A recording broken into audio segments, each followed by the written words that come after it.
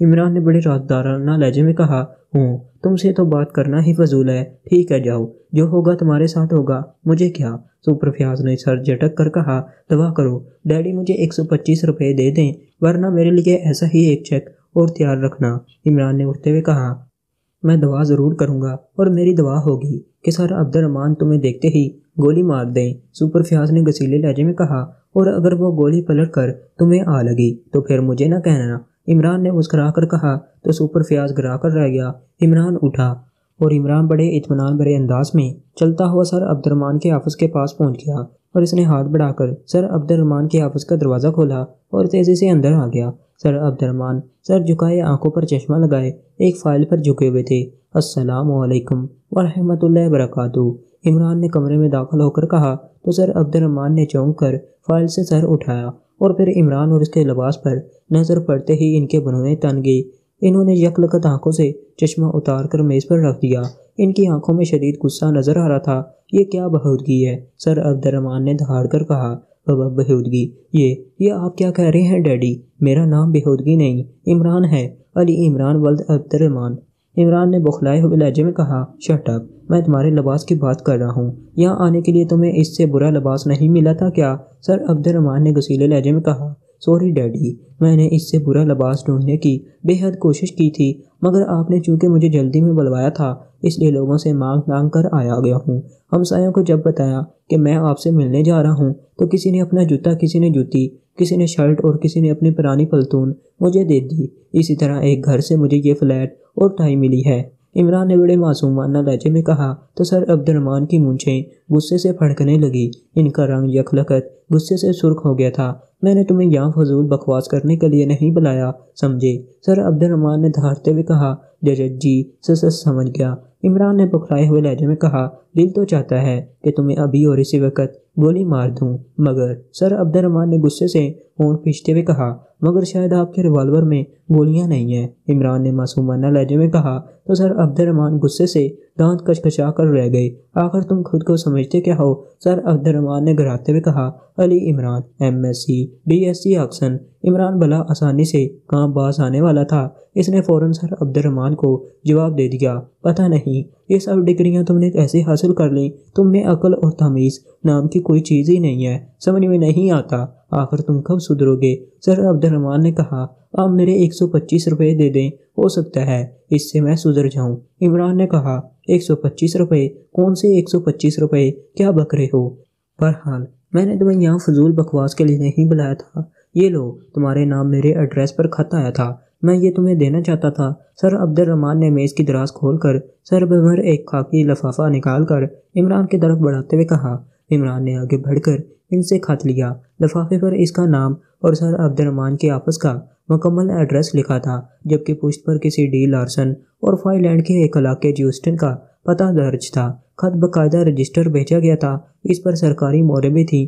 D Larsen اور five land کا address Imran کے لیے نیا تھا۔ لفافہ خاصا پھولا ہوا تھا، جس سے ظاہر ہو رہا تھا کہ اس میں کاغذات کا بلندہ موجود ہے۔ تھینک یو ڈیڈی، کیا اب میں جاؤں؟ عمران نے لفافہ اپنی پتلون کی جیب میں ڈھونستے ہوئے کہا، ہاں جاؤ، اور سنو، اگلی بار یہاں آؤ تو مہذب حلیے میں آنا، ورنہ دیکھتے ہی میں تمہیں گولی مار دوں گا، سمجھے؟ سر عبد الرحمن نے کہا، جی ڈیڈی۔ عمران نے مسکین لہجے میں کہا، مگر وہ وہاں سے گیا نہیں، بلکہ اسی انداز میں کھڑا رہا۔ اب کیا ہے، جا کیوں نہیں رہے؟ سر عبد الرحمن نے اسے گھورتے ہوئے کہا، وہ ڈیڈی وہ۔ عمران نے ہکلاتے ہوئے کہا، کیا وہ لگا رکھی ہے؟ جلدی بکو، کیا کہنا چاہتے ہو؟ میرے پاس تمہاری احمقانہ باتیں سننے کے لیے وقت نہیں ہے۔ سر عبد الرحمن نے ایک بار پھر غصے میں آتے ہوئے کہا، ڈیڈی اگر آپ مجھے 125 روپے دے دیتے تو۔ عمران نے رک کر کہا تو سر عبد الرحمن یکلکت پھڑک کر کھڑے ہو گئے، جاتے ہو یا میں تمہارے سر پر گن کر 125 جوتے لگاؤں؟ سر عبد الرحمن نے گرجتے ہوئے کہا، ارے باپ رے، آپ کو تو غصہ آ گیا ہے، کوئی بات نہیں، میں پھر کبھی آ کر لے لوں گا 125 روپے، عمران نے بکھلائے ہوئے لہجے میں کہا، اور تیزی سے پلٹ کر ان کے کمرے سے باہر نکل گیا۔ اس کے ذہن میں ڈی لارسن اور فائی لینڈ کا نام پھنسا ہوا تھا، نہ جانے کہ ڈی لارسن کون تھا، اور اس نے director general central intelligence half bureau کے ایڈریس پر اسے خط کیوں بھیجا تھا؟ اس خط میں کیا تھا؟ وہ اس خط کو دیکھنے کے لیے بےتاب ہو رہا تھا، اس لیے اس نے وہاں سے نکلنے میں دیر نہیں لگائی تھی۔ پارکنگ میں آ کر اس نے کار نکالی اور اسے لے کر سڑک پر آ گیا۔ مین روڈ پر آتے ہی اس نے جیب سے سر عبد الرحمن کا دیا ہوا خاکی لفافہ نکالا اور اسے ایک بار پھر غور سے دیکھنے لگا۔ ڈی لارسن کا نام اس کے ذہن میں رہ کر آ رہا تھا، مگر اس انسان کے بارے میں عمران کو نہ کچھ یاد آ رہا تھا اور نہ ہی اس کے ذہن میں اس کا کوئی خاکہ بن رہا تھا۔ ایک مین سگنل پر عمران نے کار روکی تھی کہ اس کے دائیں طرف ایک سیاہ رنگ کی کار آ کھڑی ہوئی۔ کار کے ڈرائیونگ سیٹ پر ایک نوجوان اور ساتھ والی سیٹ پر ایک خوبصورت لڑکی موجود تھی۔ اس سے پہلے کہ عمران اس کی طرف دیکھتا، اس نے کھڑکی سے ہاتھ بڑھا کر اچانک عمران کے ہاتھ سے لفافہ اچک لیا۔ عمران نے بوکھلا کر دائیں طرف دیکھا ہی تھا کہ اچانک سیاہ کار حرکت میں آئی اور سگنل توڑتی ہوئی نہایت برق رفتاری سے آگے بڑھتی چلی گئی۔ عمران نے لڑکی اور اس کے ساتھ ڈرائیونگ سیٹ پر بیٹھے ہوئے ایک نوجوان کی بس ایک ہی جھلک دیکھی تھی۔ ارے ارے میرا لفافہ، عمران نے بوکھلا کر کہا۔ دوسرے لمحے اس نے سیاہ کار کے پیچھے اپنی کار لگانی چاہی، مگر اسی لمحے ایک ٹریفک سارجنٹ اس کی کار کے سامنے آ گیا۔ وہ عمران کی کار کے سامنے آ کر سیاہ کار کو روکنے کے لیے سیٹیاں بجا رہا تھا، مگر بھلا سیاہ کار اس کی سیٹیوں پر رکنے والی تھوڑی تھی۔ وہ دیکھتے ہی دیکھتے سڑک کراس کر کے دوسری سڑک پر مڑ گئی اور عمران جیسے بے بسی سے اس کار کو دور جاتے دیکھتا رہ گیا۔ اگر ٹریفک سارجنٹ اس کی کار کے سامنے نہ آ گیا ہوتا تو اس سیاہ کار کو قابو کر سکتا تھا، مگر ٹریفک سارجنٹ نے کار کے سامنے آ کر اس کا سارا کام خراب کر دیا تھا۔ عمران بے اختیار ہونٹ پچ کر رہ گیا۔ سڑک کے دائیں بائیں سے ٹریفک کا ریلا سا بہہ نکلا تھا۔ جب تک یہ ریلا ختم ہوتا سیاہ کار نہ جانے کہاں سے کہاں پہنچ جاتی۔ عمران پہلے ہی ڈی لارسن کے نام سے الجھا ہوا تھا، اب اس طرح خط اس کے ہاتھ سے چلے جانے سے وہ اور زیادہ اپسیٹ ہو گیا تھا۔ کچھ دیر بعد جب سگنل کھلا تو عمران نے اپنی کار اس طرف دوڑا دی جس طرف سیاہ کار گئی تھی، مگر کچھ آگے جاتے ہی عمران کو اندازہ ہو گیا کہ وہ اس سیاہ کار کے پیچھے نہیں جا سکتا، کیونکہ آگے ایک بڑا چوراہا تھا، نہ جانے سیاہ کار کس طرف گئی تھی۔ سیاہ رنگ کی کار خاصی تیز رفتاری سے ٹریفک کے بے پناہ ہجوم میں راستہ بناتی ہوئی آگے بڑھی چلی جا رہی تھی۔ ڈرائیونگ سیٹ پر ایک نوجوان بیٹھا ہوا تھا، جبکہ اس کی سائیڈ والی سیٹ پر ایک نوجوان لڑکی موجود تھی۔ اس کی آنکھوں پر گہرے رنگ کا چشمہ تھا، جس پر چوک کلر کا اسکرٹ تھا۔ اس کے بال اخروٹی رنگ کے تھے، جو اس کے سر کو سفید ہو رنگ پر بے حد بھلے لگ رہے تھے۔ مادام آپ نے بے حد پھرتی اور تیزی سے اس کے ہاتھ سے لفافہ اچک لیا تھا، وہ بیچارہ بس سوچتا ہی رہ گیا ہوگا کہ اس کے ساتھ ہوا کیا ہے۔ نوجوان نے بڑے مؤدبانہ لہجے میں بات کرتے ہوئے کہا، یہ اتفاق ہی تھا کہ وہ بیچ سڑک پر لفافہ دیکھنے میں مصروف ہو گیا تھا۔ میں نے موقع مناسب سمجھ کر اسے لفافہ چپڑ لیا، ورنہ شاید اس سے لفافہ حاصل کرنے کے لیے مجھے نہ جانے کیا کیا پاپڑ بیلنے پڑتے۔ لڑکی نے مسکراتے ہوئے کہا، وہ تھا کون اور وہ اس لفافے میں کیا ہے جس کے لیے آپ کو خاص طور پر یہاں بھیجا گیا ہے؟ نوجوان نے کہا، تم اپنے کام سے کام رکھو، وہ کون تھا اور اس لفافے میں کیا ہے اس سے تمہیں کوئی مطلب نہیں ہونا چاہیے، سمجھے؟ لڑکی نے کرخت لہجے میں کہا، یس مادام، آئی ایم سوری۔ نوجوان نے قدرے سہم کر کہا۔ لڑکی کا انداز ایسا تھا جیسے وہ اس سلسلے میں مزید بات نہ کرنا چاہتی ہو۔ کار مختلف سڑکوں سے گزرنے کے بعد ایک نو آبادی کالونی میں داخل ہوئی اور پھر آہستہ آہستہ چلتی ہوئی ایک سائڈ پر الگ تھلگ بنی ہوئی ایک 3 منزلہ کوٹھی کے براؤن رنگ کے بڑے سے گیٹ کے سامنے پہنچ کر رک گئی۔ ڈرائیور نے 3 بار مخصوص انداز میں ہارن بجایا تو براؤن رنگ کا گیٹ آٹومیٹک انداز میں کھل گیا تو ڈرائیور کار اندر لے گیا۔ پورش کے عقب میں بڑے آرامدہ میں 4 سیاہ پوش جنہوں نے اپنے چہرے بھی سیاہ نقابوں میں چھپا رکھے تھے، کاندھوں پر مشین گنے لٹکائے بڑے مؤدبانہ انداز میں کھڑے تھے۔ کار رکتے ہی مادام دروازہ کھول کر باہر آ گئی، پھر وہ تیز تیز قدم اٹھاتی ہوئی عمارت کے اندر چلی گئی۔ چند لمحوں بعد وہ ایک بند دروازے پر پہنچ گئی۔ اس نے رک کر مخصوص انداز میں دروازے پر دستخط دی، یس کم ان۔ اندر سے ایک سپاٹ اور بھاری آواز سنائی دی اور مادام دروازے کا ہینڈل گھما کر دروازہ کھول کر اندر داخل ہو گئی۔ کمرہ خاصا بڑا تھا، فرش پر خوبصورت اور دبیز قالین بچھا ہوا تھا۔ کمرے کے دائیں طرف ایک بڑی سی میز تھی جس کے پیچھے ایک 1.5 عمر آدمی بیٹھا ہوا تھا جو سر سے گنجا تھا۔ اس کے چہرے پر بے پناہ سختی تھی اور وہ کسی بت کی طرح اونچی نشست والی کرسی پر بیٹھا ہوا تھا۔ اس کے جسم پر گہرے رنگ کا سوٹ تھا۔ آؤ مارسی، بیٹھو، 1.5 عمر نے سخت لہجے میں کہا، اور لڑکی جسے مارسی کے نام سے پکارا گیا تھا خاموشی سے آگے بڑھی اور اس کے سامنے کرسی پر بیٹھ گئی۔ تھینک یو باس، مارسی نے کرسی پر بیٹھتے ہوئے کہا۔ کام کا کیا ہوا ہے؟ باس نے اس کی طرف غور سے دیکھتے ہوئے کہا۔ وکٹری باس، میں عمران سے وہ خط حاصل کر لانے میں کامیاب رہی ہوں، مارسی نے مسکراتے ہوئے کہا۔ تو 1.5 عمر باس کی آنکھیں چمک اٹھی۔ ویری گڈ، کہاں ہے وہ خط؟ باس نے اشتیاق بھرے انداز میں اس کی طرف دیکھتے ہوئے کہا۔ تو مارسی نے اپنے ہینڈ بیگ سے وہ خاکی لفافہ نکال کر باس کی طرف بڑھا دیا جسے اس نے عمران سے چھینا تھا۔ باس نے خط لے کر اسے الٹ پلٹ کر دیکھا اور پھر اس پر لکھے دونوں ایڈریس پڑھ کر اس نے اطمینان بھرے انداز میں سر ہلا دیا۔ گڈ شو مارسی، تم نے تو واقعی کمال کر دیا ہے۔ یہ وہی لفافہ ہے جس کے لیے ہمیں بھیجا گیا تھا، اور لفافہ بدستور سیلڈ ہے۔ اس کا مطلب ہے کہ عمران نے ابھی اس لفافے کو کھول کر نہیں دیکھا، باس نے کہا۔ اس کے لہجے میں حیرت کے ساتھ بے پناہ خوشی بھی تھی۔ یس بوس، مارسی نے کہا، عمران جیسے انسان سے تم نے یہ سیلڈ لفافہ حاصل کر کے واقعی ایک عظیم کارنامہ سر انجام دیا ہے۔ اب تفصیلات بتاؤ، باس نے مسرت بھرے لہجے میں کہا۔ تو مارسی نے لفافہ حاصل کرنے کی تمام تر تفصیلات باس کو سنا دی۔ گڈ شو، تم بے حد تھکی ہوگی، اس لیے جاؤ اور اپنے کمرے میں جا کر سو جاؤ۔ آج شام ہمیں واپس کرائمیا جانا ہے، رات 12 بجے کی فلائٹ ہے۔ اس وقت تک تم یقیناً فریش ہو جاؤ گی، باس نے کہا۔ یس بوس، تھینک یو، مارسی نے کہا اور اٹھ کھڑی ہوئی، اور پھر وہ باس کے آفس سے نکلتی چلی گئی۔ اس کے جاتے ہی کمرے کا دروازہ خود بخود بند ہو گیا تھا۔ اس کے جاتے ہی باس نے میز کی دراز سے خاکی لفافہ نکالا اور اسے اپنے سامنے میز پر رکھ دیا۔ چند لمحے وہ غور سے لفافے کو دیکھتا رہا، اور پھر اس نے جیب سے سیل فون نکالا اور اس کا ایک بٹن پریس کر کے اسے آن کر لیا۔ یہ سیل فون جیسا ایک وسیع رینج والا جدید ساخت کا ٹرانسمیٹر تھا۔ باس مختلف بٹن پریس کر کے اس ٹرانسمیٹر پر ایک فریکوینسی ایڈجسٹ کرنے لگا۔ فریکوینسی ایڈجسٹ ہوتے ہی اس نے اس کا ایک اور بٹن پریس کیا اور کان سے لگا لیا۔ دوسری طرف سے اسے سیل فون کی طرف بیل دیتی ہوئی سنائی دی، اور پھر چند لمحوں بعد اس کی کال دوسری طرف سے ریسیو کر لی گئی۔ یس، ایف ایس اسپیکنگ، دوسری طرف سے ایک اسپاٹ آواز سنائی دی۔ یہ چونکہ جدید ساخت کا ٹرانسمیٹر تھا، اس لیے اس میں بار بار اوور کہنے کی زحمت گوار نہ کرنا پڑتی تھی۔ یہ ٹرانسمیٹر عام سیل فون کی طرح کام کرتا تھا، اور اس ٹرانسمیٹر کا لنک چونکہ سیٹلائٹ سے تھا، اس لیے اس کی کال نہ تو ٹریس کی جا سکتی تھی اور نہ ہی کہیں سنی جا سکتی تھی۔ باکشے سے ہورڈن بول رہا ہوں چیف، باس نے دوسری طرف کی آواز سن کر مودبانہ لہجے میں کہا۔ یس ہورڈن، کیا رپورٹ ہے؟ دوسری طرف سے چیف نے بدستور اسپاٹ لہجے میں کہا۔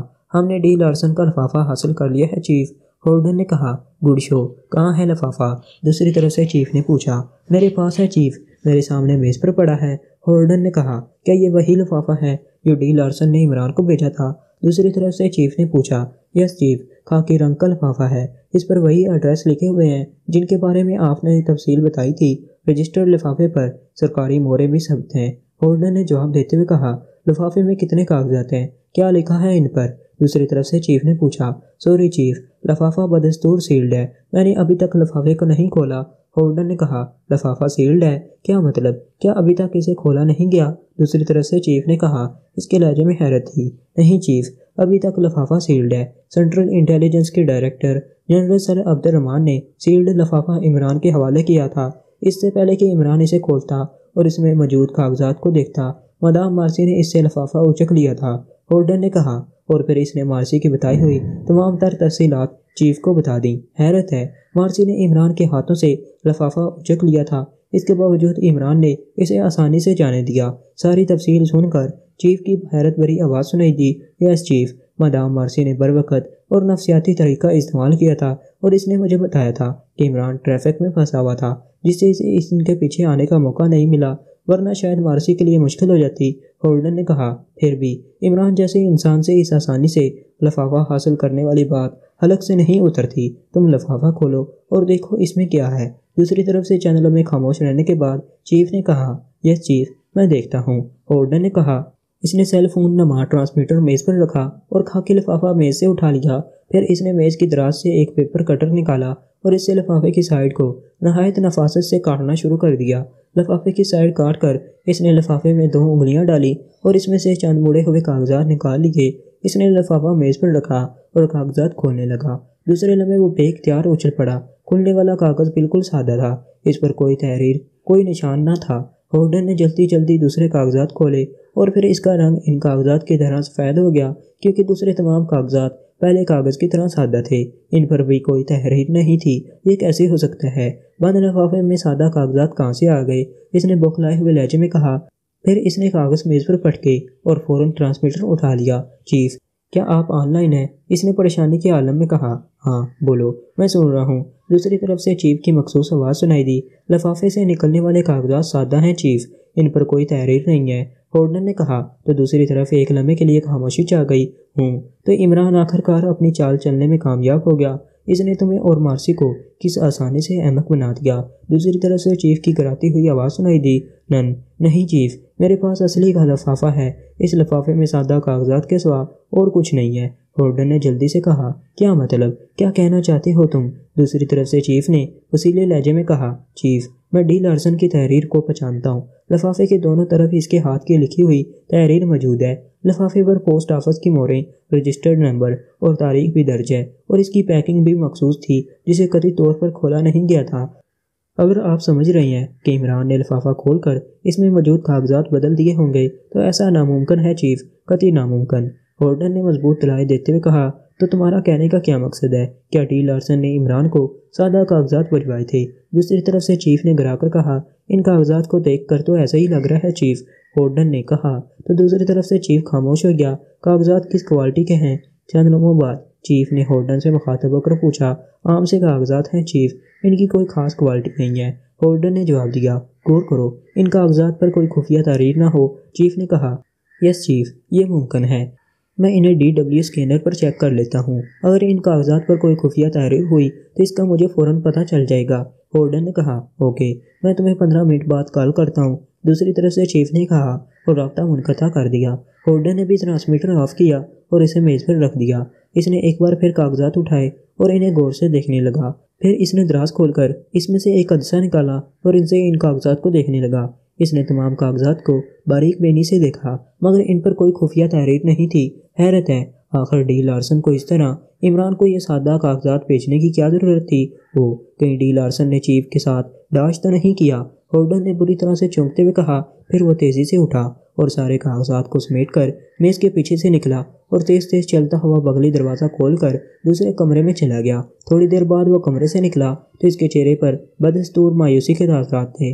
کاغذات اس کے ہاتھ میں تھے۔ میز کے پاس آ کر اس نے بیزاری سے کاغذات میز پر پھینک دیے اور اپنی مخصوص کرسی پر آ بیٹھا۔ ابھی اسے بیٹھے ہوئے چند ہی لمحے ہوئے ہوں گے کہ میز پر پڑے ہوئے ٹرانسمیٹر سے مترنم موسیقی کی آواز سنائی دینے لگی۔ اس نے فوراً ٹرانسمیٹر اٹھا لیا۔ اسکرین پر ایک مخصوص فریکوئنسی کے ساتھ چیف کے الفاظ سپار کر رہے تھے، یس چیف، ہورڈن اٹینڈنگ یو۔ ہورڈن نے ایک بٹن پریس کر کے اسے کان سے لگاتے ہوئے کہا، یس ہورڈن، چیک کیا ہے ان پیپرز کو؟ دوسری طرف سے چیف کی آواز سنائی دی، یس چیف، میں نے ڈیجیٹل رائٹر اسکینر پر ان تمام پیپرز کو چیک کیا ہے، وہ سادہ کاغذات کے سوا کچھ نہیں ہے۔ ہورڈن نے جواب دیا، اس کا مطلب ہے کہ ڈی لارسن نے مجھے ڈاش دیا ہے۔ اس نے جو کاغذات director general central intelligence of bureau کے ایڈریس پر بھیجے تھے وہ خالی تھے، اور اس نے جو دوسرا لفافہ پوسٹ کیا ہے اس میں وہ تحریر ہے جو اس نے عمران کو بھیجی ہے۔ دوسری طرف سے چیف نے غضبناک لہجے میں کہا، دوسرا لفافہ؟ ہورڈن نے چونک کر کہا، ہاں، میں نے پوسٹ آفس سے معلومات حاصل کی ہیں۔ ڈی لارسن نے عمران کے نام پر 2 رجسٹرڈ لفافے بھیجے تھے۔ ایک لفافہ اس نے عمران کے باپ کے ایڈریس پر پوسٹ کیا تھا جبکہ دوسرا لفافہ اس نے دوسرے ایڈریس پر پوسٹ کیا تھا۔ مجھے اس نے جس لفافے کے بارے میں بتایا تھا اس میں خالی کاغذات تھے جو اس نے director general central intelligence of bureau کے ایڈریس پر بھیجا تھا، اور اس کا تحریر شدہ دوسرا لفافہ دوسرے ایڈریس پر گیا تھا۔ چیف نے کہا، دوسرا لفافہ کس ایڈریس پر گیا ہے چیف؟ ہورڈن نے پوچھا، نوٹ کرو اور فوراً اس ایڈریس پر جا کر وہ لفافہ حاصل کرو۔ اگر وہ لفافہ عمران کو مل گیا تو بے حد سنگین مسئلہ ہو جائے گا اور ہمارا ایک ٹاپ سیکرٹ عمران پر عیاں ہو جائے گا، جو میں نہیں چاہتا، چیف نے کہا، اور ہورڈن کو ایک ایڈریس نوٹ کرانے لگا۔ ہو سکتا ہے چیف کہ اب تک دوسرا لفافہ عمران کو مل چکا ہو اور اس نے وہ پیپرز پڑھ لیے ہوں۔ ہورڈن نے ایڈریس نوٹ کرنے کے بعد کہا، ایسی صورت میں تمہیں اور مارسی کو کیا کرنا ہے یہ تمہیں بتایا جا چکا ہے۔ دوسری طرف سے چیف نے گراتے ہوئے کہا، یس چیف، ٹھیک ہے چیف، آپ بے فکر رہیں، ہم وہی کریں گے جس کی آپ نے ہمیں ہدایات دی ہیں۔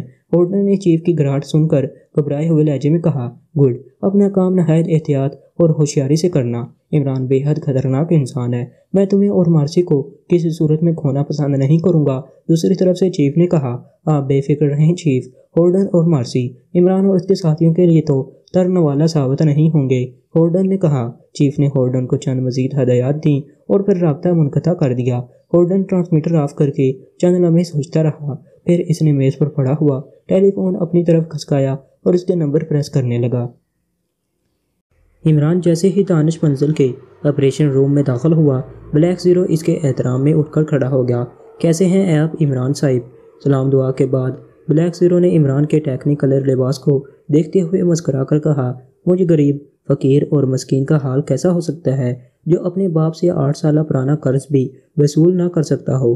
عمران نے کرسی پر بیٹھتے ہوئے اپنے مخصوص لہجے میں کہا، سر عبد الرحمن سے 8 سالہ پرانا قرض؟ میں کچھ سمجھا نہیں۔ بلیک زیرو نے حیران ہوتے ہوئے کہا، اگر تم میں سمجھ ہوتی تو بلیک کے ساتھ زیرو تو نہ ہوتے۔ عمران نے کہا تو بلیک زیرو بے اختیار مسکرا دیا۔ پھر عمران نے اسے ساری تفصیل بتا دی، جسے سن کر بلیک زیرو ہنسے بغیر نہ رہ سکا۔ لیکن لفافے کا اچانک ایک لڑکی کے اچک کر لے جانے پر اسے عمران پر حیرت بھی ہو رہی تھی کہ ایسی تیز تراز لڑکی کون ہو سکتی ہے جو عمران جیسے انسان سے یوں لفافہ اچک کر لے گئی اور عمران اس کی گرد کو بھی نہ پا سکا تھا۔ حیرت ہے، ایک لڑکی آپ کے ہاتھوں سے لفافہ چھین کر لے گئی اور آپ نے اس کے خلاف کچھ نہیں کیا۔ تھا کیا اس لفافے میں؟ بلیک زیرو نے حیرت بھرے لہجے میں کہا، لفافہ کھولتا تو پتہ چلتا کہ اس میں کیا تھا۔ ابھی تو میں لفافے کو سونگ ہی رہا تھا کہ وہ آفت کی پرکالہ آئی اور مجھ سے لفافہ چھین کر لے گئی۔ عمران نے کہا، سونگنے سے آپ کی کیا مراد ہے؟ بلیک زیرو نے کہا، ڈی لارسن کا نام میرے ذہن کے کسی حصے میں موجود ہے، مگر وہ صحیح طور پر اجاگر نہیں ہو رہا۔ اس نے مجھے جو لفافہ بھیجا تھا اس پر ایڈریس بھی فائل لینڈ کا تھا۔ فائل لینڈ کے حوالے سے تو مجھے کوئی ڈی لارسن یاد نہیں آ رہا۔ ایک تو باتیں ہیں جو مجھے پریشان کر رہی ہیں۔ میں ان کے بارے میں سوچ رہا تھا کہ اچانک لڑکی کسی جنگلی بلی کی طرح لفافے پر جھپٹ پڑی اور میں اسے دیکھتے کا دیکھتا رہ گیا۔ عمران نے کہا، وہ 2 باتیں کون سی کر رہا تھا؟ یس، عمران سپیکنگ۔ عمران نے ایک بٹن پریس کر کے سیل فون کان سے لگاتے ہوئے کہا، ٹائیگر بول رہا ہوں باس۔ دوسری طرف سے ٹائیگر کی آواز سنائی دی۔ حیرت ہے، کیا جدید دور آ گیا ہے کہ اب ٹائیگر بھی بولنا شروع ہو گئے ہیں؟ میں نے تو انہیں چڑیا گھر کے پنجروں میں دہاڑتے اور گراتے سنا تھا۔ عمران نے اپنے مخصوص لہجے میں کہا تو بلیک زیرو ایک بار پھر مسکرا دیا۔ آپ نے مجھے جس بلیک کار کی تلاش پر مامور کیا تھا اس کا پتہ چل گیا ہے۔ دوسری طرف سے ٹائیگر نے مسکراتے ہوئے انداز میں کہا، اچھا کیا حال ہے اس کا؟ اس کے بال بچے تو ٹھیک ہیں، وہ گنجی تو نہیں ہوئی، اس کی ناک تو نہیں بہ رہی اور اس کی ایک دم بھی تو تھی، کہیں تم نے اس کی دم تو نہیں مروڑ دی؟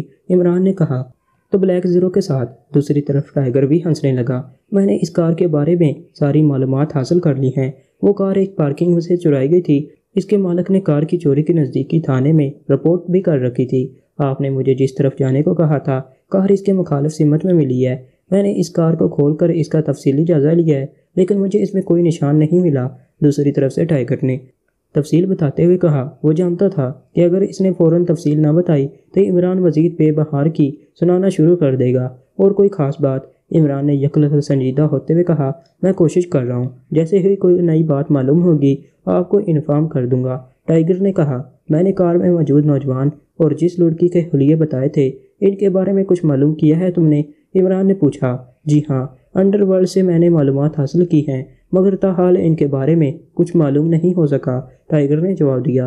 اوکے، کوشش جاری رکھو، عمران نے کہا اور اس نے سیل فون آف کر دیا۔ تو اس کام پر آپ نے ٹائیگر کو پہلے سے ہی لگا دیا تھا؟ عمران کو سیل فون آف کرتے دیکھ کر بلیک زیرو نے کہا، ہاں، ایسے کاموں میں ٹائیگر بے پناہ مہارت رکھتا ہے، وہ جلد یا بدیر ان دونوں کے بارے میں ضرور معلوم کر لے گا۔ عمران نے کہا، میری سمجھ میں ایک بات نہیں آئی۔ بلیک زیرو نے کہا، کون سی بات؟ عمران نے پوچھا۔ جب سر عبد الرحمن نے خط آپ کو دیا تھا تو وہ دونوں اس وقت کہاں تھے؟ انہیں اس بات کا کیسے پتہ چلا کہ آپ ٹریفک سگنل پر رک کر خاص طور پر جیب سے وہی خط نکالیں گے اور انہیں فوراً خط اچکنے کا موقع مل جائے گا؟ بلیک زیرو نے کہا، اس بات کا جواب تو وہ دونوں ہی دے سکتے ہیں۔ عمران نے کہا، پھر بھی آپ کو کچھ اندازہ تو ہوگا۔ بلیک زیرو نے اسے غور سے دیکھتے ہوئے کہا، ڈی لارسن کے پرسرار خط میں لازماً کوئی اہم بات ہے۔ میرے اندازے کے مطابق وہ دونوں اس خط کے پیچھے آئے ہوں گے۔ انہیں یہ بھی معلوم ہوگا کہ خط میرے لیے ہے۔ ہو سکتا ہے کہ سینٹرل انٹیلیجنس کے آفس سے انہوں نے مجھے دیکھ لیا ہو اور وہ مجھے جانتے بھی ہوں۔ مجھے وہاں دیکھ کر انہیں اندازہ ہو گیا ہوگا کہ میں وہ خط سر عبد الرحمن سے لے چکا ہوں، اس لیے انہوں نے سر عبد الرحمن کے پاس جانے کے بجائے میرا تعاقب کرنا زیادہ مناسب سمجھا ہو۔ وہ شاید کسی خاص مقام پر مجھے گھیرنا چاہتے ہوں گے مگر میں نے ٹریفک سگنل پر رک کر جیب سے خط نکال کر ان کا کام آسان کر دیا اور انہیں وہ خط اچکنے کا موقع مل گیا۔ عمران نے کہا، کیا آپ نے ان کا تعاقب محسوس نہیں کیا تھا؟ بلیک زیرو نے کہا، میں حقیقت میں ڈی لارسن کے نام سے الجھا ہوا تھا، البتہ مجھے اتنا یاد ہے کہ میں نے ان کی سیاہ کار کو سینٹرل انٹیلیجنس کی عمارت کے باہر دیکھا تھا۔ وہ کب میرے تعاقب میں آئے اور کب انہوں نے کار میری کار کے قریب لا کر میرے ہاتھ سے خط اچکا، مجھے واقعی اس کا پتہ نہیں چلا تھا۔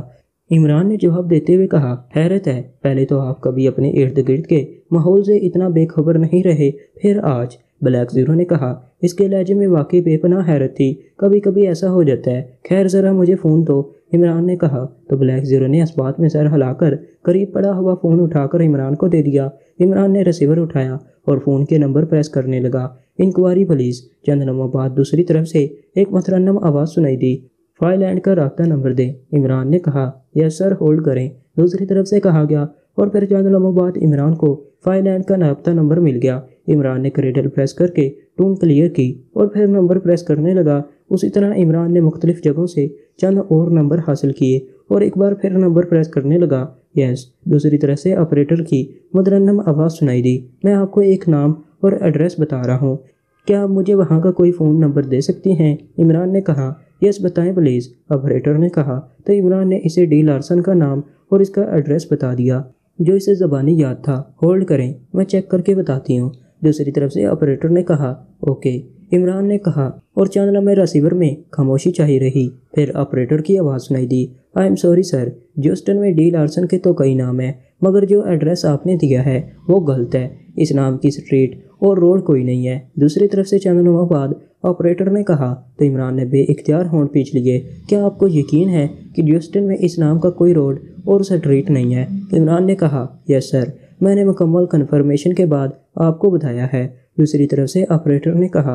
اوکے، پھر آپ مجھے کیپ ٹاؤن کے پوسٹ آفس کا نمبر دے دیں، عمران نے کہا۔ اسے لفافے پر لگی مہر یاد آ گئی تھی جو ہیوسٹن شہر کے کسی کیپ ٹاؤن پوسٹ آفس کی تھی۔ اوکے، ہولڈ کریں، دوسری طرف سے کہا گیا، اور پھر چند لمحوں کی خاموشی کے بعد آپریٹر نے آن لائن ہو کر عمران کو ایک اور نمبر نوٹ کرا دیا۔ عمران نے کریڈل پریس کر کے ٹون کلیئر کی اور آپریٹر کا بتایا ہوا نمبر پریس کرنے لگا۔ یس، کیپ ٹاؤن پوسٹ آفس۔ چند لمحوں بعد دوسری طرف سے ایک بھاری ایسی آواز سنائی دی۔ میں پاکشا سے علی عمران بات کر رہا ہوں، آپ کے پوسٹ آفس سے پاکشا کے لیے میرے نام کی ایک رجسٹری بھجوائی گئی ہے، رجسٹری نمبر L1330 ہے، تاریخ 10 روز قبل کی ہے۔ اور عمران نے کہا، ایک منٹ، پارسل نمبر کیا بتایا ہے آپ نے؟ دوسری طرف سے جیسے چونکتے ہوئے اسے ٹوکا گیا۔ عمران نے نمبر دہرا دیا۔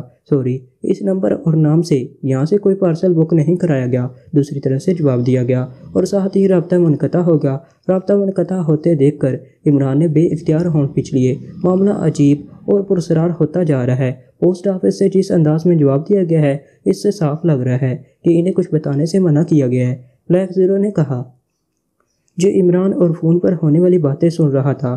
عمران نے چونکہ لاؤڈر کا بٹن آن کر رکھا تھا، اس لیے بلیک زیرو نے تمام باتیں سن لی تھی۔ ہاں، اب وہ خط میرے لیے اور زیادہ اہمیت اختیار کر گیا ہے۔ ڈی لارسن جو کوئی بھی ہے، اس نے مجھے خاص طور پر کوئی اہم بات لکھ کر بھیجی ہے۔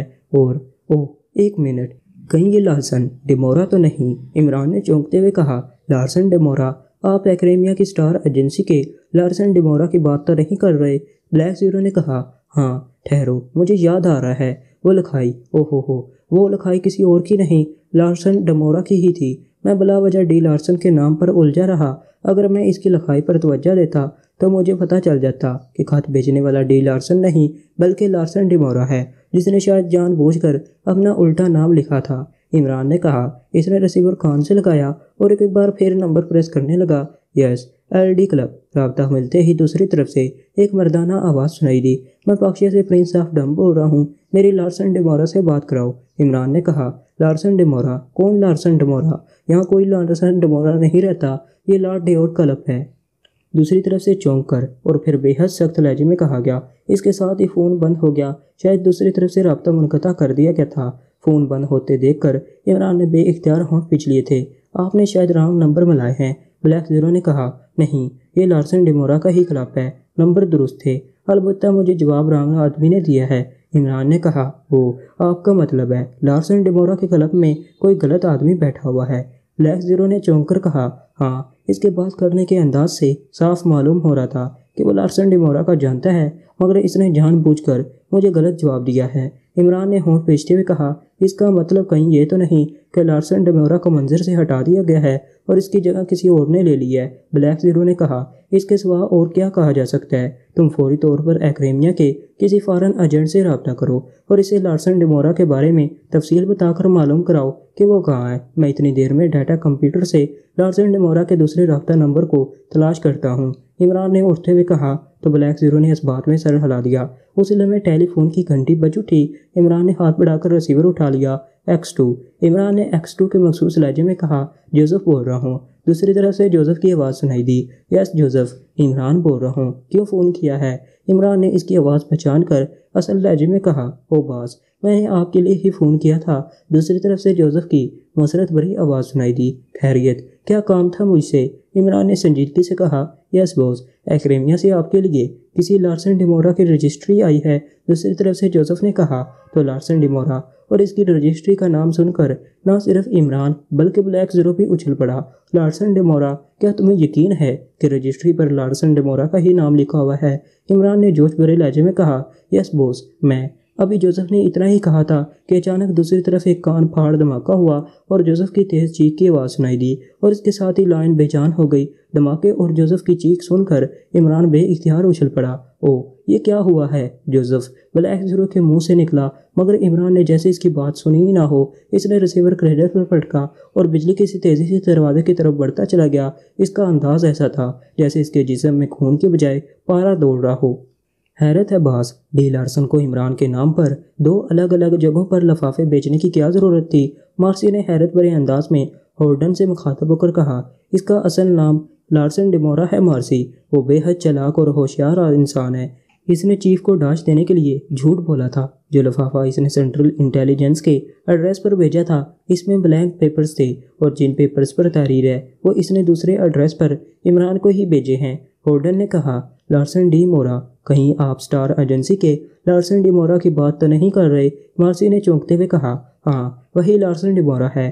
ہورڈن نے اس بات میں سر ہلا کر کہا، وہ دونوں ایک کار میں سوار تھے۔ ہورڈن کار ڈرائیو کر رہا تھا جبکہ مارسی اس کی سائیڈ والی سیٹ پر بیٹھی ہوئی تھی۔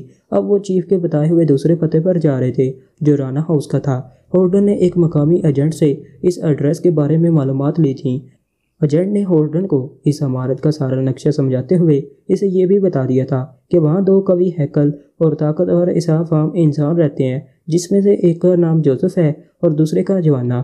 وہ دونوں عمران کے باڈی گارڈ ہیں اور وہ عموماً اسی عمارت میں ہی موجود رہتے ہیں۔ ہورڈن نے اس عمارت پر فوری طور پر ایکشن لینے کا فیصلہ کر لیا تھا۔ میری سمجھ میں نہیں آ رہا کہ لارسن ڈیمورا نے عمران کو خط میں ایسا کیا لکھ کر بھیجا ہے جس کو حاصل کرنے کے لیے چیف اس قدر بےتاب ہو رہا ہے۔ مارسی نے چند لمحے خاموش رہنے کے بعد دوبارہ ہورڈن سے مخاطب ہو کر پوچھا، میں نہیں جانتا۔ ہورڈن نے مختصر سا جواب دیتے ہوئے کہا، ویسے حیرت کی بات ہے، لارسن ڈیمورا نے ایک ساتھ 2 خطوط بھیجے تھے، ایک سینٹرل انٹیلیجنس کے ایڈریس پر اور دوسرا اس پتے پر جہاں ہم جا رہے ہیں۔ لارسن ڈیمورا نے جو خط کوئی ایسی خاص بات لکھی ہے جسے پڑھ کر عمران اور اس کے ساتھی فوری طور پر ملک سے باہر جا سکتے ہیں، اور ظاہر ہے وہ جب بھی ملک سے باہر جاتے ہیں تو کسی مشن پر ہی جاتے ہیں، اور اس بار ان کا مشن یقینی طور پر ایکریمیا کے لیے ہو سکتا ہے، کیونکہ لارسن ڈیمورا نے ایکریمیا کی ہی ایک ریاست فائی لینڈ سے عمران کو خط ارسال کیے ہیں جس میں یقیناً کوئی ایسی بات ہے کہ عمران اور اس کے ساتھی فوراً ایکریمیا کے خلاف کام کرنے کے لیے روانہ ہو سکتے ہیں۔ مارسی نے تجزیہ کرنے والے انداز میں کہا، تم ٹھیک کہتی ہو، یقیناً ایسا ہی ہوگا، لیکن ہمیں ان باتوں پر غور کرنے کی کیا ضرورت ہے؟ چیف نے ہمیں جو ٹاسک دیا ہے ہمیں صرف اسے مد نظر رکھنا چاہیے۔ اگر اس بار ہمیں لارسن ڈیمورا کا اصلی خط مل جاتا ہے تو ٹھیک ہے، ورنہ ہمیں ہر حال میں دوسرے مشن پر کام کرنا پڑے گا۔ ہورڈن نے کہا، دوسرا مشن؟ مارسی نے کہا، ہاں، دوسرا مشن، عمران اور اس کے ساتھیوں کی ہلاکت کا مشن۔ ہورڈن نے اس بات میں سر ہلا کر کہا، او ہاں، یہ واقعی ہمارا سیکنڈ مشن بنتا ہے۔ مارسی نے کہا، اور پھر کار میں خاموشی چھا گئی۔ کار مختلف سڑکوں اور راستوں سے ہوتی ہوئی رانا ہاؤس کی طرف جانے والی ایک سڑک کی طرف مڑ گئی۔ دائیں بائیں چھوٹی بڑی عمارتوں کا طویل سلسلہ پھیلا ہوا تھا۔ ان عمارتوں پر نمبر اور وہاں رہائش پذیر افراد کی نیم پلیٹیں بھی لگی ہوئی تھی۔ ہورڈن دائیں طرف عمارتوں کے نمبر اور نیم پلیٹوں کو دیکھنے لگا، جبکہ مارسی بائیں طرف دیکھ رہی تھی۔ یہ رہی رہنا طہور علی صندوقی کی عمارت۔ اچانک مارسی نے کہا تو ہورڈن چونک کر اس طرف دیکھنے لگا۔ خاصی بڑی اور وسیع عمارت پر براؤن رنگ کا بڑا سا گیٹ تھا جس کی سائیڈ والی دیوار پر ایک نیم پلیٹ لگی ہوئی تھی۔ نیم پلیٹ پر رانا طہور علی صندوقی کا نام اور عمارت کا نمبر اور مکمل پتہ تحریر تھا۔ ہورڈن نے اسباق میں سر ہلایا اور کار کو اس عمارت سے قدرے فاصلے پر لے گیا۔ پھر اس نے کار روک دی۔ یہ علاقہ چونکہ شہری آبادی سے الگ تھلگ اور خاصا دور تھا، اس لیے یہاں خاموشی کا راج تھا۔ دور دور تک ان کے سوا کوئی انسان دکھائی نہیں دے رہا تھا۔ اس علاقے میں رہنے والے افراد زیادہ تر اپنی رہائش گاہوں میں ہی رہنا پسند کرتے تھے۔ اس علاقے میں چونکہ خاص و عام افراد رہتے تھے، اس لیے یہاں سیکیورٹی کا کوئی انتظام نہ تھا۔ ہر دوسری تیسری عمارت کے بعد کوئی نہ کوئی گلی اور سڑک تھی جہاں سے کاریں آتی تھیں اور کسی نہ کسی طرف مڑ جاتی تھیں۔ کیا وہ دونوں عمارت کے اندر ہی ہیں؟ مارسی نے ہولڈن سے پوچھا۔ اس کا اشارہ جوزف اور جوانا کی طرف تھا۔ اس سے پہلے کہ ہولڈن کو جواب دیتا، ایک گلی سے ایک نوجوان نکل کر تیز تیز قدم اٹھاتا ہوا ان کی کار کی طرف بڑھنے لگا۔ اسے دیکھ کر ہولڈن کار سے باہر آ گیا۔ کارلٹن آنے والے نوجوان نے ہولڈن کے قریب آ کر کہا، جان ہولڈن۔ ہولڈن نے اس کی ہاتھ طرف بڑھاتے ہوئے کہا تو نوجوان نے اس سے ہاتھ ملایا۔ وہ دونوں عمارت کے اندر ہی ہیں، آنے والے نوجوان نے کہا جس نے اپنا نام کارلٹن بتایا تھا۔ کیا وہ اکیلے ہیں؟ ہولڈن نے پوچھا۔ یس بوس، ان کے علاوہ اس عمارت میں اور کوئی نہیں رہتا، البتہ کبھی کبھار عمران اور اس کے ساتھی ان سے ملنے ضرور آ جاتے ہیں، آنے والے نوجوان نے کہا۔ ٹھیک ہے، مین گیٹ کے علاوہ اندر جانے کا کوئی اور راستہ ہے؟ ہولڈن نے پوچھا۔ یس بوس، دائیں طرف موجود کوٹھی کی ایک چھت اس عمارت کی چھت کے ساتھ ملی ہوئی ہے، ہم وہاں سے اس عمارت میں آسانی سے داخل ہو سکتے ہیں، کارلٹن نے کہا۔ اور اس کوٹھی میں رہنے والے کیا ہمیں اندر داخل ہونے دیں گے؟ مارسی نے کارلٹن سے پوچھا۔ اس کوٹھی میں اگر ہم ریڈ کیپسولز فائر کر دیں تو ہمیں اندر جانے سے کوئی نہیں روک سکے گا، کارلٹن نے کہا۔ Red capsules, good. کیا تمہارے پاس پریشر گن ہے؟ ہولڈن نے کہا۔ یس بوس، میں یہاں پوری تیاری سے آیا ہوں، کارلٹن نے جواب دیتے ہوئے کہا۔ گڈ، تو پھر ساتھ والی کوٹھی کی بجائے تم ڈائریکٹ اس عمارت میں 2-3 ریڈ کیپسولز فائر کر دو، ہولڈن نے کہا۔ یس بوس، کارلٹن نے جواب دیا۔ پھر وہ مڑا اور تیز تیز قدم اٹھاتا ہوا رانا ہاؤس کی عمارت کی طرف بڑھتا چلا گیا۔ عمارت میں ریڈ کیپسولز فائر کرانے کی کیا ضرورت تھی؟ کیا ہم 2 آدمیوں کو قابو نہیں کر سکتے؟ مارسی نے کہا، جو اس دوران کار سے نکل آئی تھی اور ہولڈن کے پاس آ گئی تھی۔ جو کام آسانی سے ہو سکتا ہے، اس کے لیے مشکل میں پڑنے کی کیا ضرورت ہے؟ ہم یہاں لارسن ڈیمورا کا خط حاصل کرنے آئے ہیں، عمران کے ساتھیوں کے ساتھ بیکار میں لڑنے بڑھنے کے لیے نہیں، ہولڈن نے کہا۔ لیکن ریڈ کیپسولز کے پھٹنے سے تو زوردار دھماکے ہوں گے، ایسی صورت میں ارد گرد کے مکینوں نے پولیس کو فون کر دیا تو، مارسی نے کہا۔ دھماکے صرف عمارت کے اندر ہوں گے، میں نے عمارت کے گیٹ اور دیواروں کے اوپر سلاسٹم ریز کی لہریں دیکھی ہیں، جس کا مطلب ہے کہ اس عمارت کو سیکیورٹی سسٹم کے تحت فول پروف بنایا گیا ہے تاکہ عمارت کے اندر ہونے والے ہنگامے، فائرنگ اور دھماکوں سے ارد گرد کی عمارتوں کو نقصان نہ پہنچ سکے، ہولڈن نے کہا۔ او پھر ٹھیک ہے، مارسی نے کہا۔ اسی لمحے کارلٹن تیز تیز چلتا ہوا واپس ان کے پاس پہنچ گیا۔ میں نے عمارت میں 3 ریڈ کیپسولز فائر کیے ہیں باس، لیکن اندر سے کسی دھماکے کی آواز سنائی نہیں دی، شاید عمارت میں کوئی سائنسی حفاظتی نظام آن ہے، کارلٹن نے تشویش زدہ لہجے میں کہا۔ کوئی بات نہیں، عمارت میں لاکھ سائنسی انتظامات ہوں، ریڈ کیپسولز میں ریڈ گیسی گیس ہے، عمارت میں اگر 50 افراد بھی ہوئے اور اگر وہ تہہ خانوں میں بھی چھپے ہوئے ہوں گے تب بھی وہ اس گیس کے اثرات سے محفوظ نہیں رہے ہوں گے، ہولڈن نے اطمینان بھرے لہجے میں کہا۔ اور اس نے عمارت کی حفاظت کے لیے سلاسٹم ریس کے بارے میں بھی اسے بتا دیا۔ عمارت میں جوزف اور جوانا تو بے ہوش ہو گئے ہوں گے، انہوں نے ظاہر ہے اندر سے گیٹ لاک کر رکھا ہوگا، ایسی صورت میں ہم عمارت میں کیسے جائیں گے؟ مارسی نے کہا۔ اس بات کی فکر نہ کریں مادام، یہ کام میں کر لوں گا، کارلٹن نے جواب دیا۔ اور اندر موجود حفاظتی سسٹم، کیا اس سے ہمیں نقصان نہیں ہوگا؟ مارسی نے کہا۔ میرے پاس سٹار بریکر ہے، اس بریکر کو آن کرتے ہی یہاں موجود تمام حفاظتی انتظامات بریک ڈاؤن ہو جائیں گے، ہولڈن نے کہا۔ اس نے اندرونی جیب سے ایک ڈبیا نما چھوٹا سا آلہ نکالا اور اس پر لگے بٹن پریس کرنے لگا، پھر اچانک ڈبیا کے چاروں کونوں پر سرخ بلب جلنے بجھنے لگے۔ گڈ، تو آؤ عمارت میں چلیں، ہولڈن نے کہا، اور وہ تینوں ادھر ادھر دیکھتے ہوئے رانا ہاؤس کی طرف بڑھ گئے۔ گیٹ کے پاس جا کر کارلٹن نے گیٹ کے ذیلی دروازے پر لگے آٹومیٹک لاک کو دیکھ کر اطمینان بھرے انداز میں سر ہلایا اور جیب میں ہاتھ ڈال کر اس نے ایک چھوٹا سا آلہ نکال لیا۔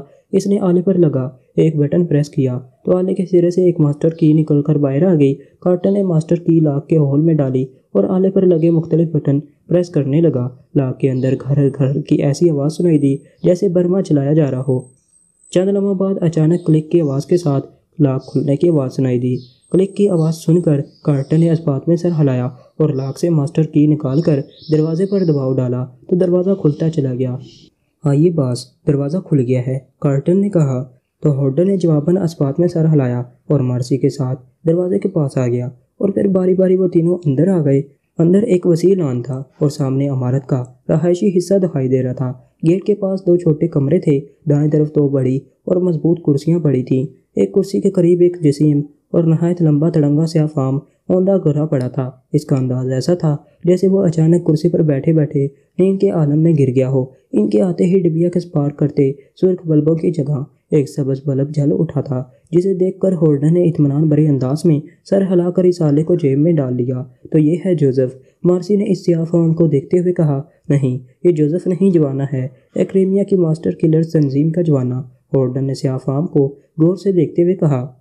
اگر یہ جوانا ہے تو جوزف کہاں ہے؟ مارسی نے کہا۔ ہوگا یہیں کہیں، تم دونوں اسے کمرے میں تلاش کرو، میں جب تک اس کی تلاشی لیتا ہوں، ہولڈن نے کہا۔ تو مارسی اور کارٹن سر ہلا کر گیٹ کے پاس کیبنوں جیسے کمرے میں چلے گئے اور ہولڈن آگے بڑھا اور جھک کر جوانا کے پاس بیٹھ کر اس کی تلاشی لینے لگا۔ چند لمحوں بعد مارسی اور کارٹن کیبن نما کمروں سے باہر آ گئے۔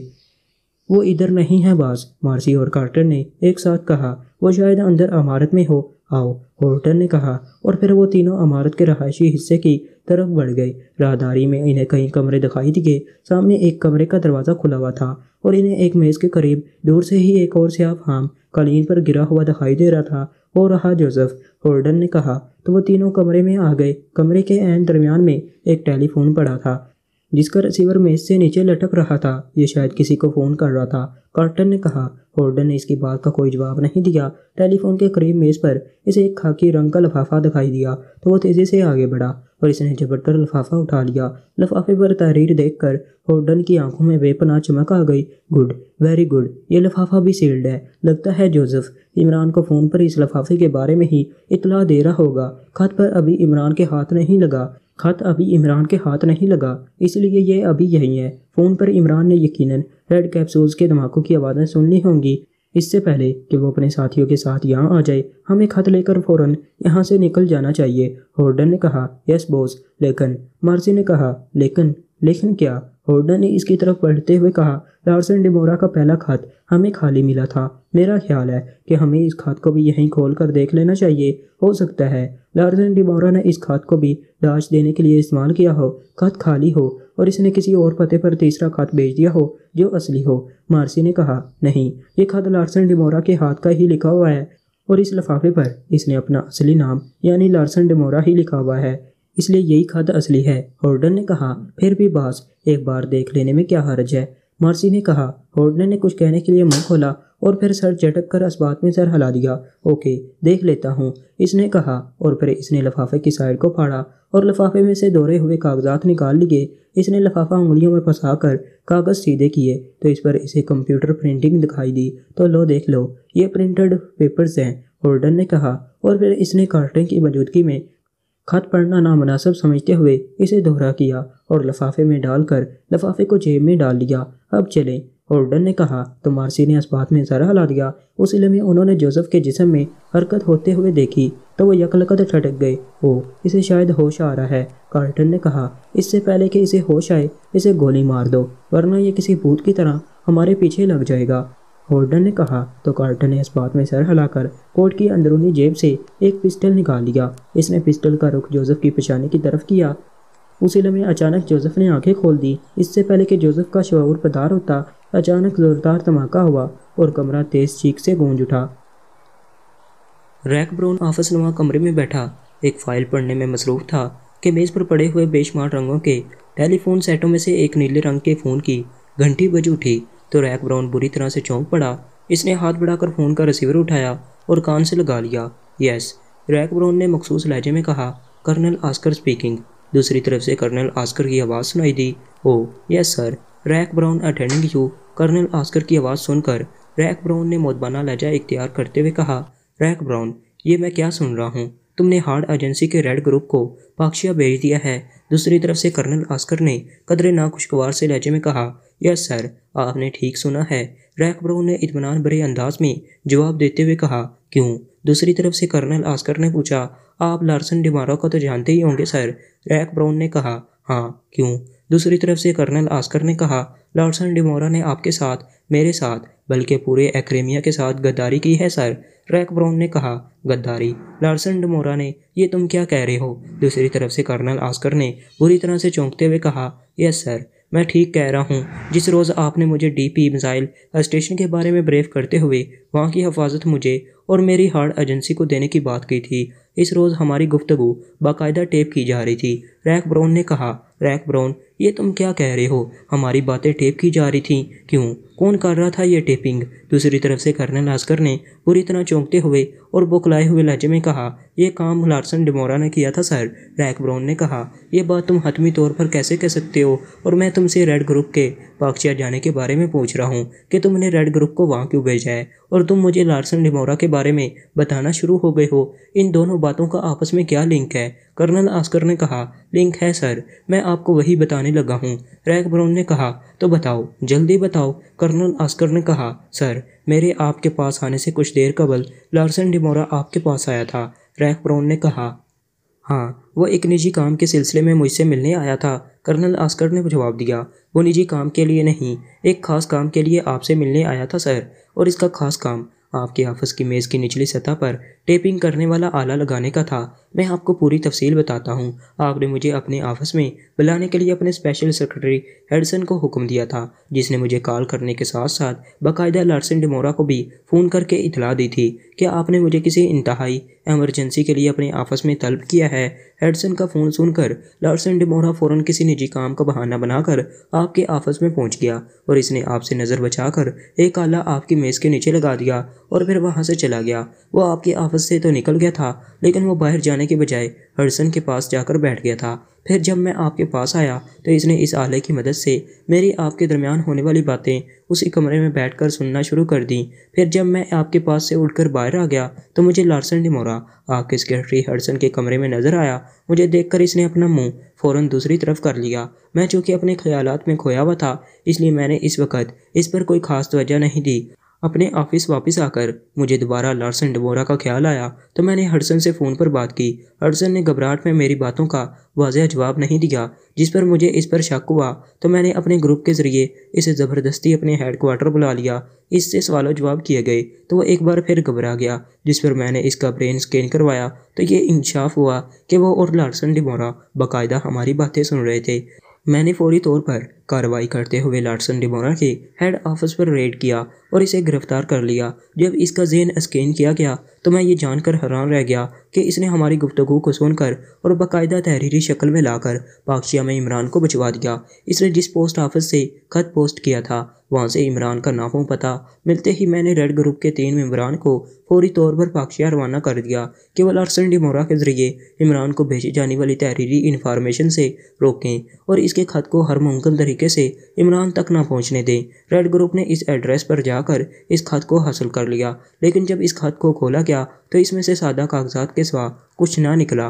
تو میں نے پوسٹ آفس سے دوبارہ رابطہ کیا، جہاں سے مجھے بتایا گیا کہ لارسن ڈیمورا نے ایک اور خط پاکشیا پوسٹ کیا ہے جو علی عمران کے نام پر ہی ہے، مگر اس کا ایڈریس پہلے ایڈریس سے مختلف ہے۔ میں نے یہ اطلاع پاکشیا میں موجود ریڈ گروپ کو دے دی۔ اب وہ اس ایڈریس پر ریڈ کریں گے اور کوشش کریں گے کہ وہ خط کسی طرح بھی عمران تک نہ پہنچنے پائے۔ ریک براؤن نے کرنل آسکر کو پوری تفصیل سے آگاہ کرتے ہوئے کہا، لارسن ڈیمورا نے یہ سب کیوں کیا؟ یہ تو سراسر غداری ہے۔ سرکاری ایجنسی کا چیف ہو کر وہ ایکریمیا سے ایسی غداری کا مرتکب کیسے ہو سکتا ہے؟ یہ تو میں سوچ بھی نہیں سکتا تھا۔ کرنل آسکر نے کہا، اس کے لہجے میں بے پناہ غم و غصہ تھا۔ یس سر، مصدقہ اطلاعات ملنے پر میں نے ایک بار پھر لارسن ڈیمورا کا برین اسکین کیا تھا، اور اس بار میں نے اس کے شعور کو کھنگالنے کی کوشش کی تو مجھے اس سے مزید معلومات حاصل ہوئیں۔ ریک براؤن نے کہا، وہ انفارمیشن کیا ہے؟ کرنل آسکر نے جیسے بے صبری سے پوچھا، سر، یہ بتاتے ہوئے مجھے افسوس ہو رہا ہے کہ لارسن ڈیمورا اصلی لارسن ڈیمورا نہیں تھا۔ اسے پچھلے ماہ ہلاک کر دیا گیا تھا اور اس کی لاش کے ٹکڑے کر کے اسے گٹر میں بہا دیا گیا تھا۔ ریک براؤن نے جواب دیتے ہوئے کہا، very bad, really very bad. Larsen Demora ہلاک ہو چکا ہے اور اس کی ہمیں خبر ہی نہیں۔ Very very bad. لیکن اگر لارسن ڈیمورا ہلاک ہو چکا ہے تو اس کی جگہ لارسن ڈیمورا کون بنا ہوا تھا اور اس کا مقصد کیا تھا؟ کرنل آسکر نے کہا، سر، وہ پاکشیا کا فارن ایجنٹ تھا جس کا نام عبدالرشید تھا۔ اس نے پاکشیا کے لیے ایکریمیا میں جاسوسی کے لیے نہایت چالاکی اور پلاننگ سے لارسن ڈیمورا کو کور کیا تھا اور اسے ہلاک کر کے اس کی جگہ لے لی تھی۔ اسی طرح اس نے کوشش کر کے ہڈسن کی جگہ اپنے ایک قریبی ساتھی کو بھی آپ کے سیکرٹری کے طور پر اٹیچ کر دیا تھا کہ وہ ایکریمیا اور ایکریمیا میں موجود اسرائیلی ایجنسیوں کے بارے میں پاکشیا کو باخبر رکھ سکے۔ ریک براؤن نے کہا، او مائی گاڈ، غیر ملکی اور وہ بھی پاکشیا کے جاسوس ہمارے درمیان تھے اور ہمیں ان کے بارے میں علم ہی نہ تھا۔ Very bad. Really very bed. دوسری طرف سے کرنل آسکر نے افسوس بھرے اور خوشیلے لہجے میں کہا، یس سر، میں نے ان دونوں سے ان کے اور اس کے ساتھیوں کے بارے میں بھی معلومات حاصل کرنے کی کوشش کی تھی، لیکن ان سے مزید معلومات حاصل نہیں ہو سکی تھیں۔ ہڈسن اور نکلی ڈارسن ڈمورا نے مزید انفارمیشن دینے سے پہلے ہی دانتوں میں چھپے ہوئے زہریلے کیپسول توڑ کر خودکشی کر لی تھی۔ بہرحال میں نے فوری اقدامات کرتے ہوئے اپنے ریڈ گروپ کو پاکستان روانہ کر دیا۔ جس طرح انہوں نے لارسن ڈمورا کا پہلا خط حاصل کر لیا تھا، اسی طرح وہ جلد ہی دوسرے خط کو بھی حاصل کر لیں گے، اور مجھے یقین ہے کہ انفارمیشن عمران تک نہیں پہنچ سکے گی، ریک براؤن نے کہا۔ اور اگر انفارمیشن عمران کو مل گئی تو؟ کرنل آسکر نے خدشہ ظاہر کرتے ہوئے کہا، ایسی صورت میں ریڈ گروپ کو میں نے اختیار دے دیا ہے کہ وہ عمران اور اس کے ساتھیوں کے خلاف کھل کر کارروائی کر سکتے ہیں۔ وہ عمران اور اس کے ساتھیوں کو کسی بھی صورت میں پاکستان سے باہر نہیں نکلنے دیں گے۔ ریک براؤن نے کہا، کیا تمہیں یقین ہے کہ ریڈ گروپ عمران اور اس کے ساتھیوں کو پاکستان میں روک سکتا ہے؟ کرنل آسکر نے کہا، یس سر، آپ بے فکر رہیں سر، ریڈ گروپ میں ہولڈن کے ساتھ مارسی اور کارٹن جیسے ذہین ایجنٹ موجود ہیں۔ اس کے علاوہ ان کے ساتھ کئی منجے ہوئے ایجنٹ ہیں جو عمران اور اس کے ساتھیوں کے لیے خطرناک ثابت ہو سکتے ہیں۔ مجھے یقین ہے کہ اگر عمران اور اس کے ساتھی ان کے سامنے آئے تو عمران اور اس کے ساتھیوں کا ان کے ہاتھوں بچنا ناممکن ہو جائے گا، ریک براؤن نے کہا۔ بہرحال جو بھی اس میزائل اسٹیشن کے بارے میں عمران کو انفارمیشن نہیں ملنی چاہیے، ورنہ یہ میرے اور تمہارے مفاد میں اچھا نہیں ہوگا، کرنل آسکر نے کہا۔ میں سمجھتا ہوں سر، ریک براؤن نے فوراً کہا۔ بہرحال تم ہر ممکنہ اقدام کے لیے اپنے گروپ کو فعال کر دو۔ میں تمہیں پاکستان میں چند ایکریمی ایجنٹس کے بارے میں تفصیل بتاتا ہوں۔ ان کے نام ہولڈن تک پہنچا دینا تاکہ وقت ضرورت وہ ان سے مدد لے سکیں، اور اگر عمران تک اطلاعات پہنچ گئی تو اس کا ہلاک ہونا ہمارے لیے از حد ضروری ہوگا، کرنل آسکر نے کہا۔ یس سر، آپ مجھے ان ایجنٹس کے نام اور ان کے رابطے نمبر بتا دیں، میں ہولڈن کو ان کے بارے میں بریف کر دوں گا، ریک براؤن نے کہا۔ اس کے لیے میں تمہیں کچھ دیر بعد کال کروں گا، کرنل آسکر نے جواب دیا۔ اوکے سر، میں انتظار کروں گا، ریک براؤن نے کہا۔ تو دوسری طرف سے کرنل آسکر نے رابطہ منقطع کر دیا۔ ریک براؤن نے ایک طویل سانس لیتے ہوئے ریسیور کریڈل پر رکھ دیا۔ عمران آندھی اور طوفان کی طرح کار دوڑاتا ہوا رانا ہاؤس پہنچا تھا۔ رانا ہاؤس کے کچھ فاصلے پر ایک کار دیکھ کر اس کے ذہن میں عجیب سی خلفشار شروع ہو گئی تھی۔ اس نے احتیاطاً دائیں بائیں نظر ڈالی، مگر اسے رانا ہاؤس کے ارد گرد کوئی مشکوک شخص دکھائی نہ دیا۔ اس نے کار ایک گلی میں روکی اور اس کا انجن بند کر کے کار سے باہر آ گیا۔ پھر وہ رانا ہاؤس کے مین روڈ کی طرف جانے کی بجائے تیز تیز قدم اٹھاتا ہوا عمارت کے حکم میں آ گیا۔ عمارت کے حکم میں بھی رہائش گاہیں تھیں اور رانا ہاؤس کے حکم میں بھی ایک رہائشی عمارت نظر آ رہی تھی۔ عمران اس عمارت کے گیٹ پر رکا اور دائیں طرف موجود ایک کیبن کی طرف بڑھ گیا۔ کیبن خالی تھا۔ اس نے کیبن میں جا کر ایک خفیہ کھانا کھولا اور اس کھانے میں ہاتھ ڈال کر اس نے چند خفیہ بٹن پریس کیے تو گیٹ کا ذیلی دروازہ خود بخود کھل گیا۔ عمران کیبن سے نکلا اور تیز تیز قدم اٹھاتا ہوا دروازے کے پاس آ گیا۔ اس نے ایک لمحے کے لیے اندر سان گن لی اور پھر دروازے سے اندر آ گیا۔ سامنے ایک چھوٹا کار پورچ تھا۔ اندر آ کر اس نے دروازہ بند کیا اور تیز تیز قدم اٹھاتا ہوا عمارت کے رہائشی حصے کی طرف بڑھ گیا۔ مختلف راستوں اور راہداریوں سے ہوتا ہوا وہ ایک کمرے میں آ گیا۔ ساری عمارت خالی تھی۔ یوں لگ رہا تھا جیسے اس عمارت میں سرے سے کوئی موجود ہی نہ ہو۔ کمرے میں آ کر عمران کمرے کی شمالی دیوار کی طرف بڑھا۔ اس نے دیوار کی جڑ میں مخصوص انداز میں ٹھوکر ماری تو اچانک سرر کی آواز کے ساتھ دیوار دو حصوں میں تقسیم ہو کر کھلتی چلی گئی۔ دوسری طرف سیڑھیاں نیچے جا رہی تھیں۔ عمران تیز تیز ان سیڑھیوں سے اترتا چلا گیا۔ سیڑھیاں اتر کر وہ ایک کمرے کے بند دروازے کے قریب آیا۔ اس نے دروازے پر لگی ہوئی دو رائی سے آنکھ لگا دی۔ دوسری طرف راہداری تھی جو خالی تھی۔ خالی راہداری دیکھ کر عمران پیچھے ہٹا اور دروازے کی سائڈ کی دیوار پر ایک مخصوص جگہ ہاتھ رکھ کر اس نے دباؤ ڈالا تو دیوار کی ایک اینٹ اندر دھنس گئی اور اینٹ کے اندر دھنستے ہی دروازہ خود بخود کھل گیا۔ عمران نے جیب سے ایک مشین پسٹل نکالا۔ مشین پسٹل ہاتھ میں لے کر اس نے دروازہ کھولا اور تیزی سے دوسری طرف رانا ہاؤس میں آ گیا اور پھر وہ احتیاط سے آگے بڑھنے لگا۔ رانا ہاؤس کے قریب کار دیکھ کر اسے احساس ہو گیا تھا کہ رانا ہاؤس میں حملہ آور ابھی موجود ہیں جنہوں نے جوزف اور جوانا پر حملہ کیا تھا۔ جوانا کے بارے میں تو اسے کچھ معلوم نہ تھا، لیکن اس نے جوزف کے چیخنے کی آواز اور دھماکے کی آواز واضح طور پر سنی تھی، اسی لیے اس نے رانا ہاؤس میں داخل ہونے کے لیے ایک بھی راستہ اختیار کیا تھا۔ مختلف راستوں سے وہ ہوتا ہوا آگے بڑھا تو اسے ایک کمرے کا دروازہ کھلا ہوا دکھائی دیا جہاں سے اسے آوازیں بھی سنائی دے رہی تھیں۔ عمران دبے قدموں تیزی سے آگے بڑھا اور کمرے کے دروازے کی سائڈ کی دیوار سے لگ گیا۔ اوہ، اسے شاید ہوش آ رہا ہے۔ عمران نے ایک مردانہ آواز سنی۔ اس سے پہلے کہ اسے ہوش آ جائے، اسے گولی مار دو ورنہ یہ کسی بھوت کی طرح ہمارے پیچھے لگ جائے گا۔ عمران نے دوسری آواز سنی تو اس کے دماغ میں جیسے دھماکے سے ہونے لگے۔ وہ سمجھ گیا کہ اس کے ساتھیوں جوزف اور جوانا میں سے کسی کی جان خطرے میں ہے۔ وہ مشین پسٹل لے کر فوراً دروازے کے سامنے آ گیا۔ کمرے کے وسط میں اسے 3 افراد دکھائی دیے جن میں 2 مرد اور ایک لڑکی تھی۔ قالین پر جوزف پڑا ہوا تھا جس کے جسم میں واقعی حرکت ہوتی ہوئی دکھائی دے رہی تھی۔ ایک نوجوان جس کے پاس پسٹل تھا، اس نے پسٹل کا رخ جوزف کے سر کی طرف کیا۔ اس سے پہلے کہ وہ ٹریگر دباتا، عمران نے اچانک اس پر فائر کر دیا۔ زوردار دھماکہ ہوا اور کمرہ کارٹن کی تیز چیخ سے گونج اٹھا۔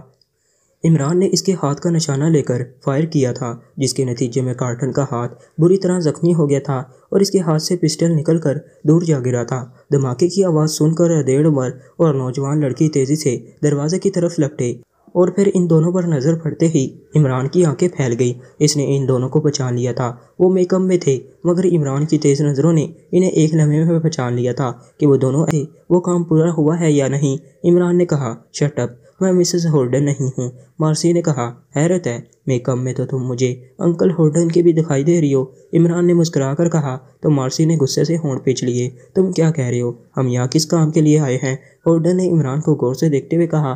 میرے ہونے والی ساس کی اماں نے مجھے اپنی پوتی کا کارڈ بھیجے دینے کے لیے ایکریمیا اور فائن لینڈ سے 2 خطوط لکھے تھے۔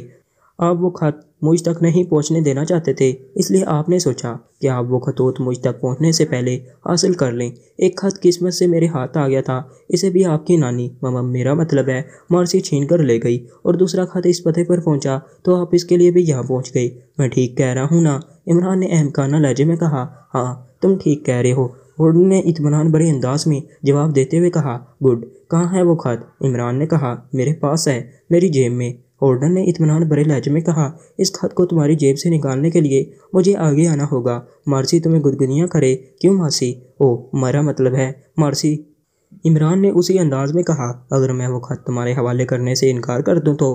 ہولڈن نے کہا۔ ضرور کرو، ایسی صورت میں میرے پالے ہوئے کالے دیو حرکت میں آ جائیں گے، اور اگر کالے دیو حرکت میں آ گئے تو تم یہ سن کر یقیناً ڈر جاؤ گے کہ یہ کالے دیو سفید چمڑی والے انسانوں کا خون دیکھ کر بے حد خوش ہوتے ہیں اور انسانی ہڈیاں توڑنے میں انہیں کمال کی مہارت حاصل ہے۔ عمران نے کہا۔ یہ تم ہمیں دھمکی دے رہے ہو؟ ہولڈن نے جواباً گرا کر کہا۔ ہاں، مجھے صرف دھمکیاں ہی دینی آتی ہیں کیونکہ میں ایک کمزور اور ناتوان سا انسان ہوں۔ باقی کام میرا یہ دیو اور دوسرا دیو کرتا ہے، لیکن وہ نہ جانے کہاں ہے۔ اگر وہ بھی یہاں آ گیا تو اسے دیکھ کر تم خوف سے بے ہوش ہو جاؤ گے کیونکہ اس کا نام جوانا ہے، عمران نے کہا۔ اسی لمحے تیز تیز قدموں کی آواز سنائی دی اور وہاں جوانا بھی آ گیا۔ کمرے میں 2 غیر ملکی مرد اور ایک لڑکی کے ساتھ جوزف، اور عمران کو دیکھ کر وہ بے اختیار ٹھٹک گیا۔ ماسٹر، آپ یہاں اور یہ سب؟ جوانا نے حیرت بھرے لہجے میں کہا۔ اس دوران شاید اسے ہوش آ گیا تھا، اس لیے وہ فوراً وہاں چلا آیا تھا۔ لو، اب یہ بھی آ گیا ہے، اسے دیکھ کر تم بے ہوش نہیں ہوئے؟ حیرت ہے، باقی بڑے دل کرتے کے مالک معلوم ہوتے ہو، عمران نے کہا۔ اس نے جوانا کی بات کا کوئی جواب نہیں دیا تھا۔ عمران، تم جانتے ہو کہ میرا تعلق ہارڈ ایجنسی سے ہے اور میرے ساتھ مارسی بھی ہے، اس کے باوجود تم ہمیں دھمکیاں دے رہے ہو، ہولڈن نے عمران کو گھورتے ہوئے کہا۔ ارے باپ رے، شاید میں غلطی کر رہا ہوں۔ کیوں جوزف اور جوانا؟ عمران نے اداکاری کرتے ہوئے کہا۔ باس، یہ جو کوئی بھی ہیں، آپ انہیں مجھ پر چھوڑ دیں، کچھ دیر بعد یہی وہی بولیں گے جو آپ پوچھیں گے، جوزف نے کہا۔ یس ماسٹر، ان چوہوں کی گردنیں جب میرے شکنجے میں آ جائیں گی تو یہ فوراً ٹیپ ریکارڈ کی طرح بولنا شروع کر دیں گے، جوانا نے بھی فوراً کہا۔ سنا تم نے، اب میں تو تمہیں نہیں ڈرا رہا ہے نا؟